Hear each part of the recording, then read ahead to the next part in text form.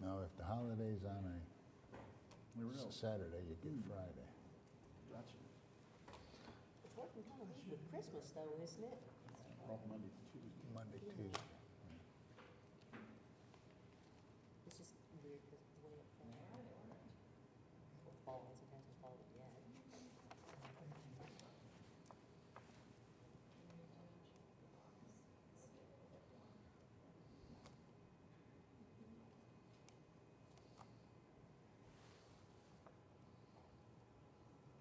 We good? Yeah, I'm collapsed. Oh, okay. Yep. All right, good morning, everyone. It is 10 o'clock, so we will call the November 9th, 2023 meeting of the Oklahoma City Employee Retirement System to order. Item number 2 on our agenda is to approve the minutes of the meeting of October 12th, 2023.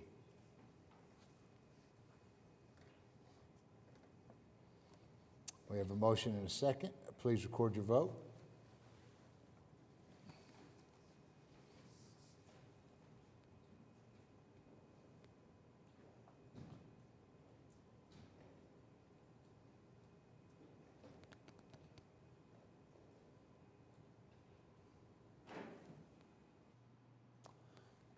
Item is approved.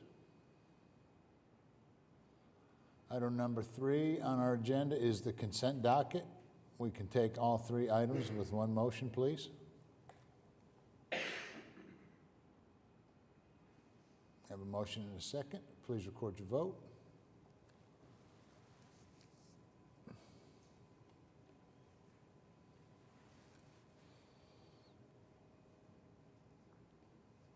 Item is approved.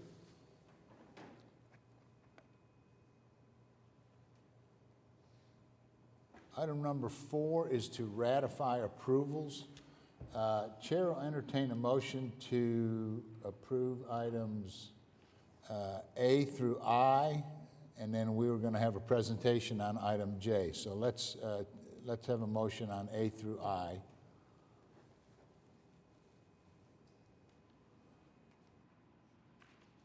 We have a motion and a second on A through I. Please record your vote.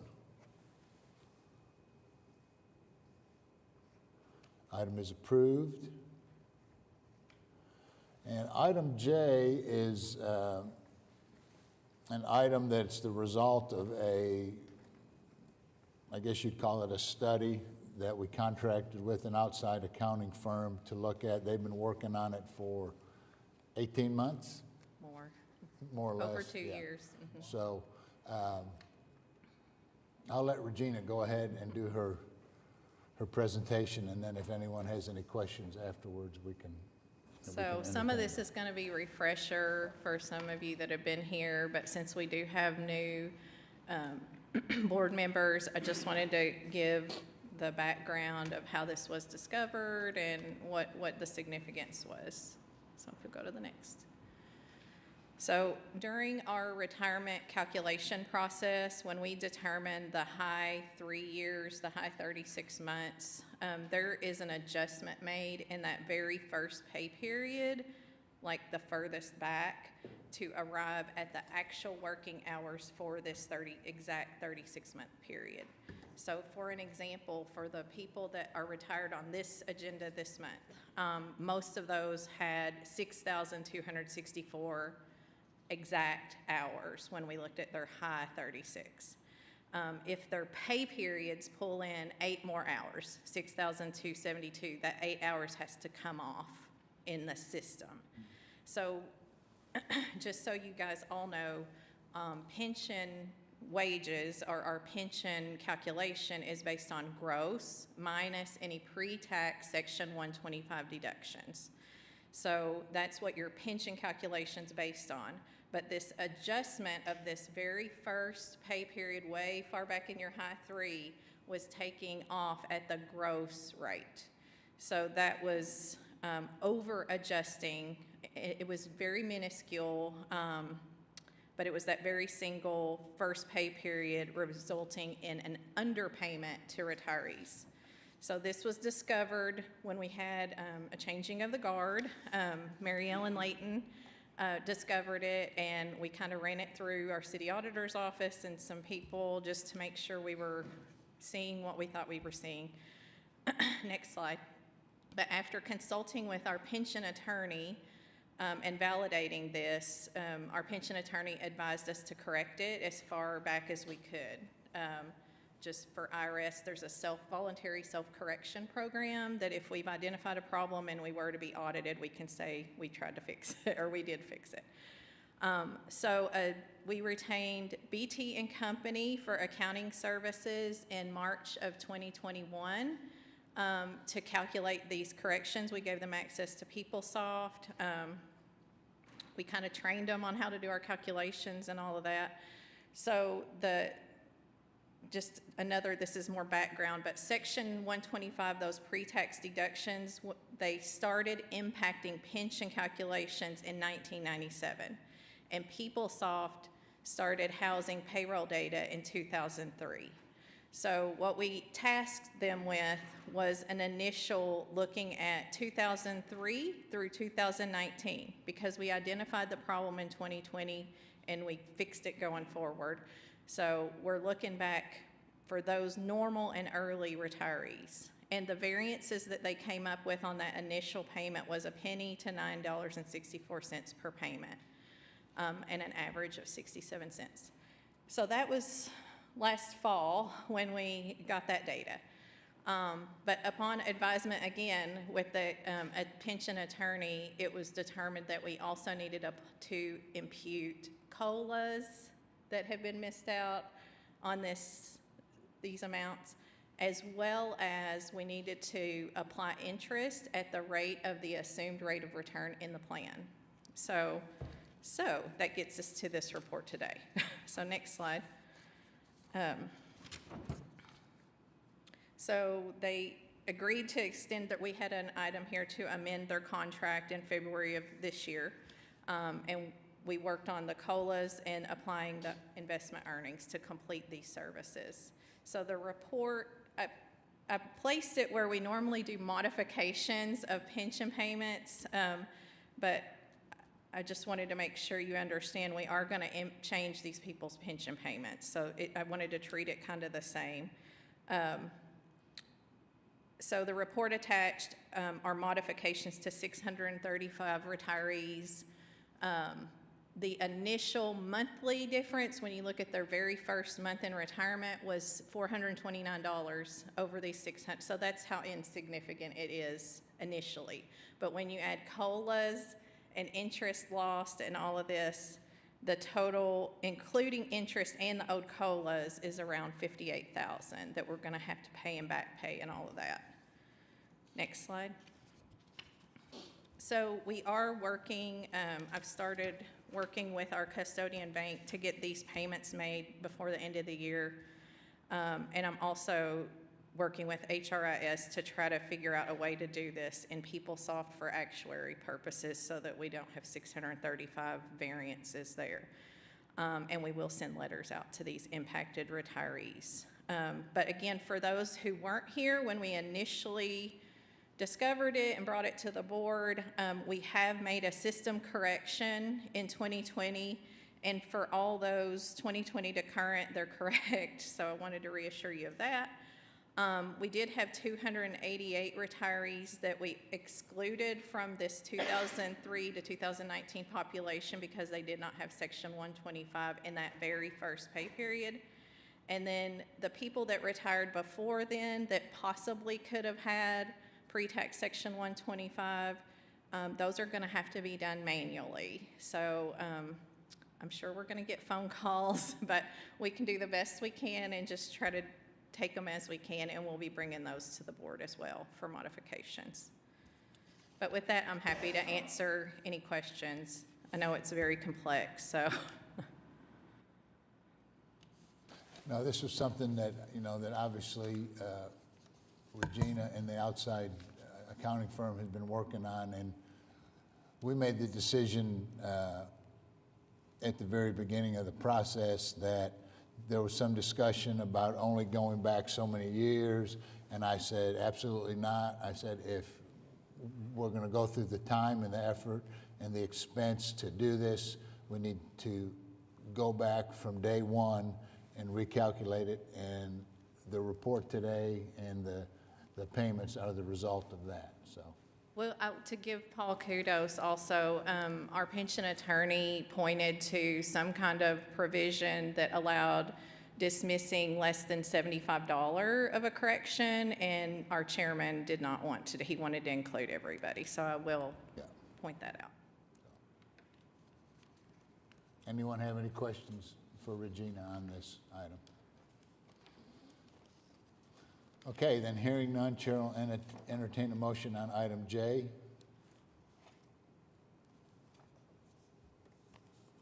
Have a motion and a second. Please record your vote.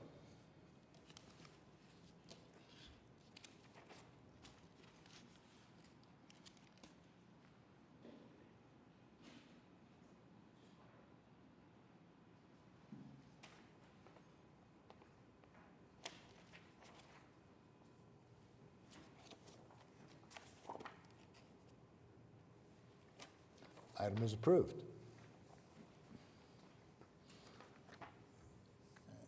Item number 5 is to approve the claims docket.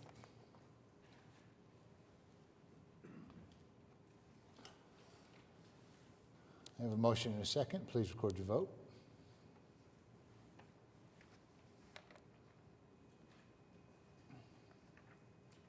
Item is approved. Item number 6 is to approve the following applications for service retirement.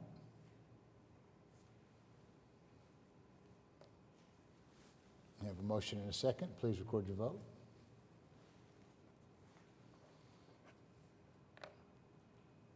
Item is approved.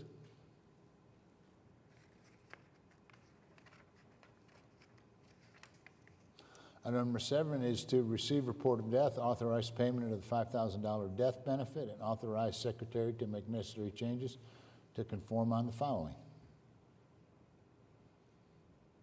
I have a motion and a second. Please record your vote. Item is approved.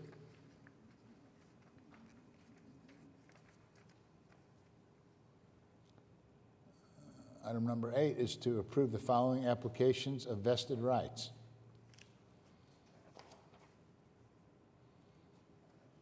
We have a motion and a second. Please record your vote. Item is approved.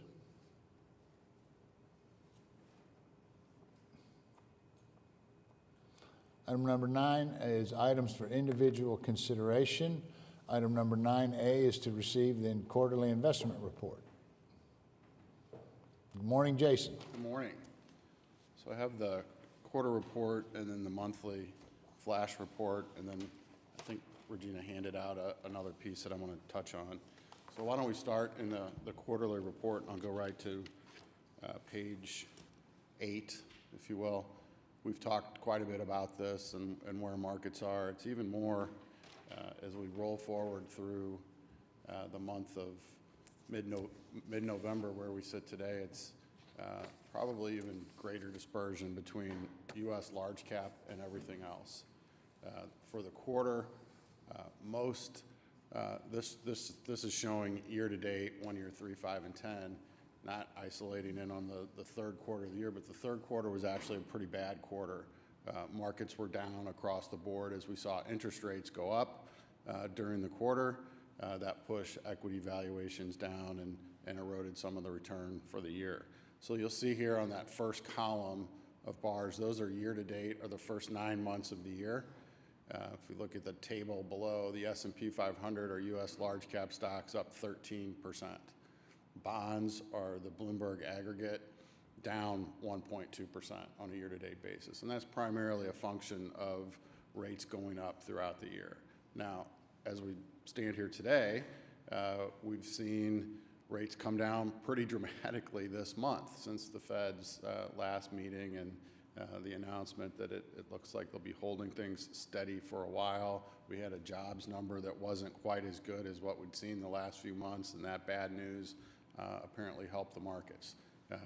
Now, I say that because that's really what we've seen the last year and a half as the Fed has been aggressively trying to address inflation. As more the worse the economic news, the better it has been for markets. When economic news has been good, employment numbers continue to be strong, or that has been bad for markets because investors are thinking that rates are going to continue to stay high. That can't continue. At some point, rates are going to go down, not because investors think the Fed's not going to raise rates any longer, but because our economy is slowing and they're going to need to lower rates to put a little bit more fuel into the economy. On a year-to-date basis through yesterday, just to put this in perspective, bonds have rallied a bit because rates came down so much this month. So that negative 120 is now only about negative 16 basis points. The S&P is up 15% through yesterday. Small cap stocks, huge dispersion between large and small cap. You see on here, the Russell 2000 up 2.5%. Now through yesterday, the small cap stocks are actually negative year to date. International or EFI's up 7.5%, and emerging markets up 2%. So really the story here is you look at a portfolio, unless you have a lot of U.S. large cap, it's been a pretty benign year in terms of performance. That said, we've been saying quite a bit this year as we look at our capital market assumptions, looking out the next decade, things do look better in terms of expectations for the next decade than they looked a year ago, 2 years ago, 3 years ago, or 4 years ago. And that's because rates are higher, while the impact of rates going up has brought bond prices down. We're in a much better place today with rates at 5.5%, almost 6% on core bonds. We took our first pass at what our 2024 capital market assumptions are going to look like, and our 10-year core bond expectation is up about 80 basis points. That may not seem like a lot, but from 2022 to 2023, that was up about 300 basis points. So now we're talking about 4% higher expectations on bonds than we had 2 years ago. Equities are about the same. But as we look at your performance, particularly the October report, you're going to see a number that is below your 7%. We had a pretty big drop off in 1 month. 1 month from September to October, the 10-year number dropped from about 7.2 down to under 6. So we taking off a good period back in the 2013-14 and adding a not so strong period. If we go forward to page 20, just looking at on a dollar basis, I think it's always important to do this. We talk a lot about percentages, but you spend real dollars. The law of large numbers, JC, we see, you talked about Berkshire Hathaway down $18 billion, well, they're actually up 12% on a year-to-date basis. And we look at your portfolio over the last year, the portfolio return on investment is up 65, almost $66 million. You started a year ago, October 1, 2022, at a little under $780 million. Net additions, which is dollars out for pension payments and dollars in for contributions, negative $33 million. For a mature pension system, you're going to have a negative cash flow number, but the return on investment is a little under $66 million. If we look at the last decade, the portfolio return on investment has been $470 million over the last 10 years. If you go to the next page, just looking at results through the end of September on longer term periods, 5 and 10 years versus objectives. And this is really where we should focus. I mean, we know in the short term there's going to be volatility. We're not going to meet objectives every quarter, every month, every year, but over time, we're trying to meet the primary objective is that 7% hurdle rate that you have today from an actuarial standpoint. We're trying to do that over time with an asset allocation that has a reasonable probability of delivering that with less risk than the overall market.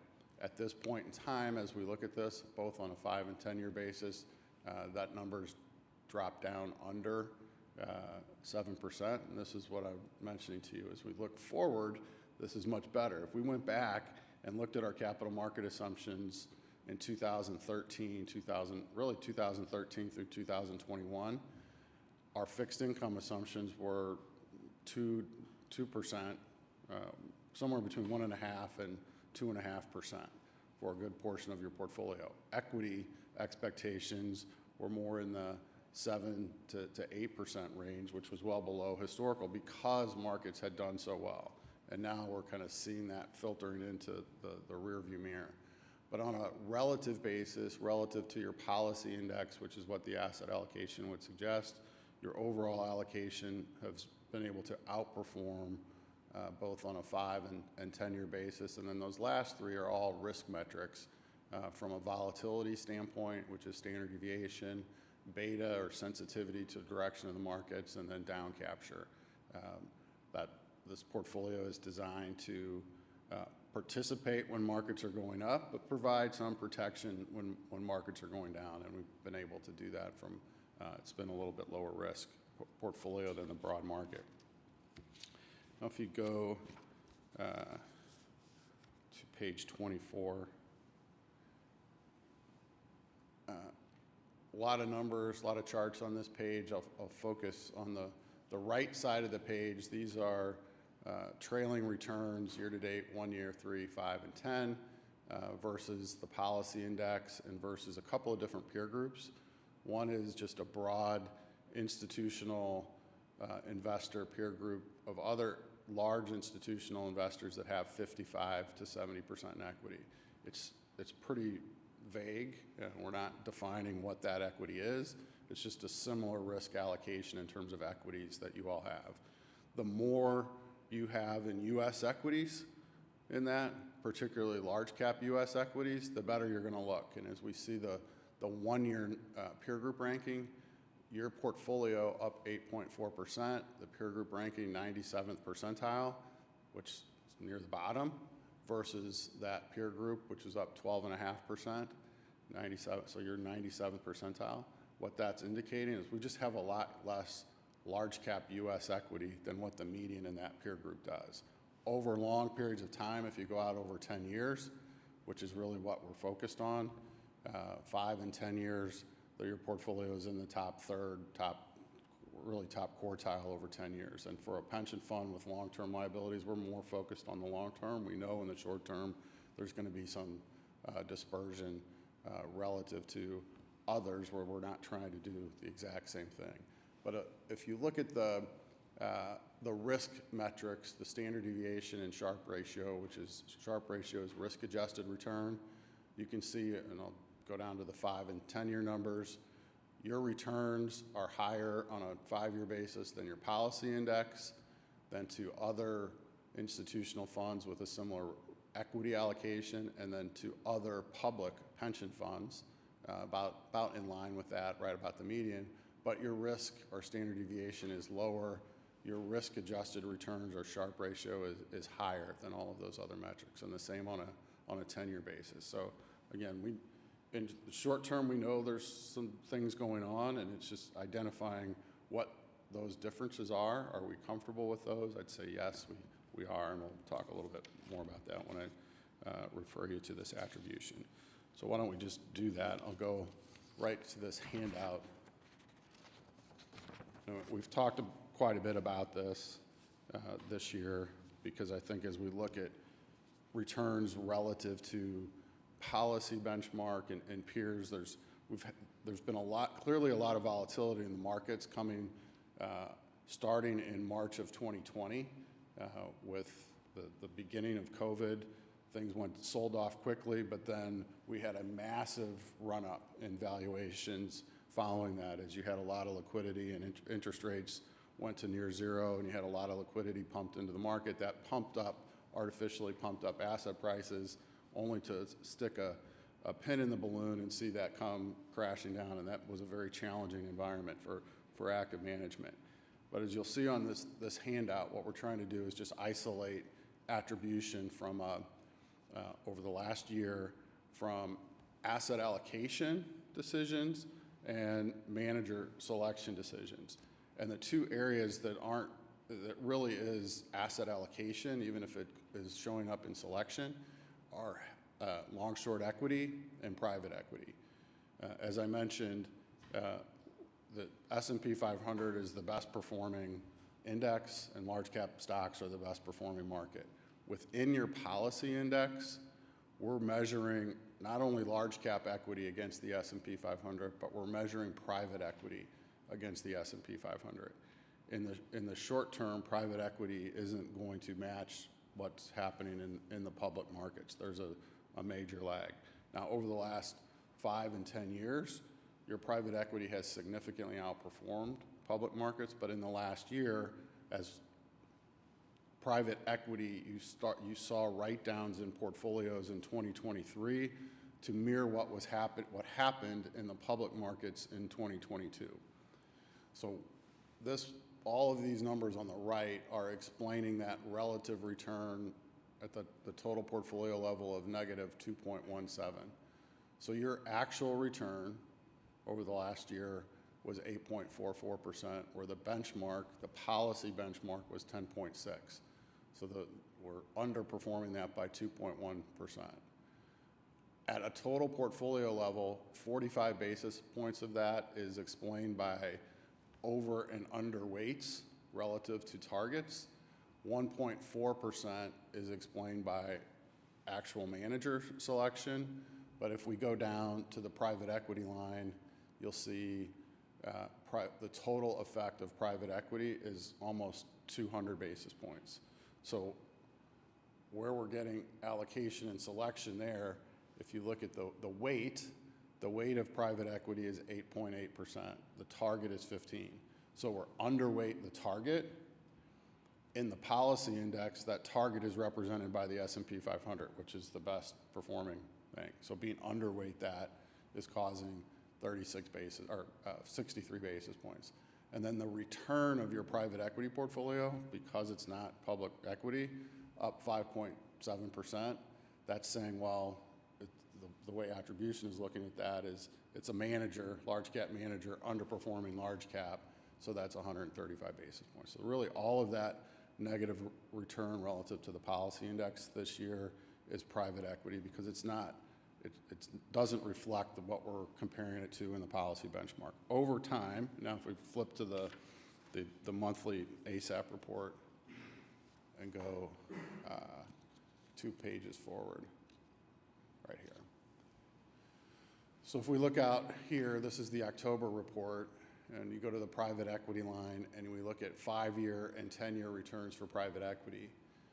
On a 5-year basis, private equity is up 15.1%. We don't have the benchmark right there, but if you go up, you see the benchmark, the S&P 500, what we're comparing to. On a 5-year basis, up 11. On a 10-year basis, up 11.18, and your private equity is up 15.4. So over time, we would expect private markets to provide a premium to public markets, and they're doing that. In the short term, that's really what's causing this dispersion relative to the policy index. So that's a lot of information there, but just feel like it's important to explain that. From a manager standpoint, as you know, last month we made a decision to transition from Intech, move all of those assets into the passive S&P 500 fund. We're in the process of working through that, trying to do it as efficiently as possible. You have a separate account with Intech, and we're working with State Street to see what assets they can take in kind just directly into the fund securities, so that we don't have a lot of trading. We can minimize trading and transaction costs to liquidating that. Patty in our office is working with staff to get that done, and hopefully we'll have that transition by the first of next month. Other than that, I think once a year we like to revisit the asset allocation when we update our capital market assumptions. Hopefully we'll do that at the January meeting. As we're looking at things, one of the areas that we did some of this last year as we looked at long-short equity, and we brought that down from 10 to 5. While compared to public equities, long-short equity has lagged because public equities have done well over the last 10 years. But if we go back historically in the evolution of this portfolio as well as other institutional portfolios, really what happened over the course of the last 20 years is fixed income allocations came down as interest rates came down, and those assets were allocated into other areas that could generate a little bit more return. Hedge funds or long-short equity, without increasing risk, we were allocating to long-short equity to get more equity-like return, premium to what you could get in fixed income, but trying not to ramp up risk in your overall equity portfolio. The benefits of that, we think they still exist, but now the penalty for fixed income for a long-term investor is much less. If we can get 5 to 6% on fixed income, it's a much less complicated area. That's something that we'll take a look at, and is continuing to evaluate that allocation in lieu of fixed income. Other than that, any questions from the board? Anyone have any questions for Jason? Okay, hearing none, I'll take a motion on item 10A to receive the quarterly investment report. I'm sorry, 9A. Have a motion and a second. Please record your vote.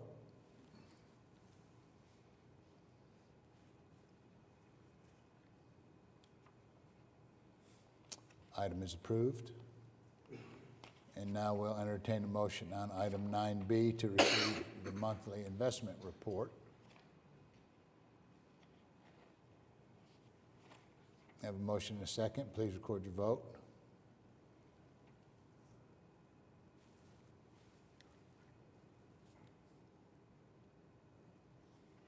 Item is approved. And personally, if it was up to me, we would just skip item 9C, but unfortunately, we can't do that. I was informed earlier this week by Regina that she has accepted another position. She will not be leaving us until February the 9th, so that's a good thing. But we need to move rather quickly to hopefully find a replacement that comes even close to what she's brought to the system over the last 3 years. So given that, I've already spoken with Amy Madeira, our HR director. The city has 3 different firms already on contract that are able to conduct searches for this level of position.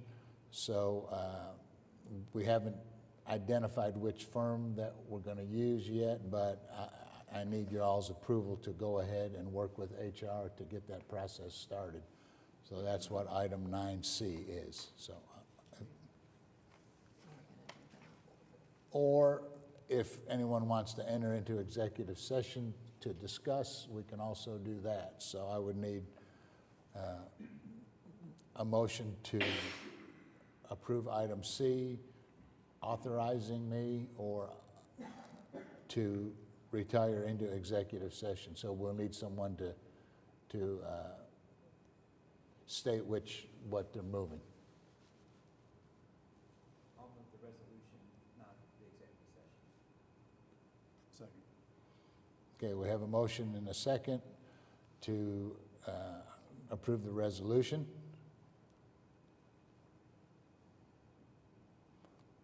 A motion and a second. Please record your vote.